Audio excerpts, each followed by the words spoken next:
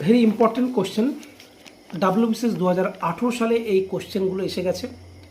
ভারতের দ্বিতীয় জনবহুল জেলা কোনটি, যেটা 2011 সেন্সাস অনুযায়ী? ভারতের দ্বিতীয় জনবহুল জেলা 2011 সেন্সাস অনুযায়ী উত্তর 24 পরগনা। ভারতবর্ষের দ্বিতীয় জনবহুল জেলা উত্তর 24 পরগনা। ভারত ও মায়ানমারের মধ্যে কোন পর্বতশ্রেণী অবস্থিত? ভারত ও মায়ানমারের মধ্যে কোন পর্বতশ্রেণী অবস্থিত, যেটা হলো Lushai. Very important question. Dogra জাতির মানুষেরা প্রধানত এই স্থানে বসবাস করে।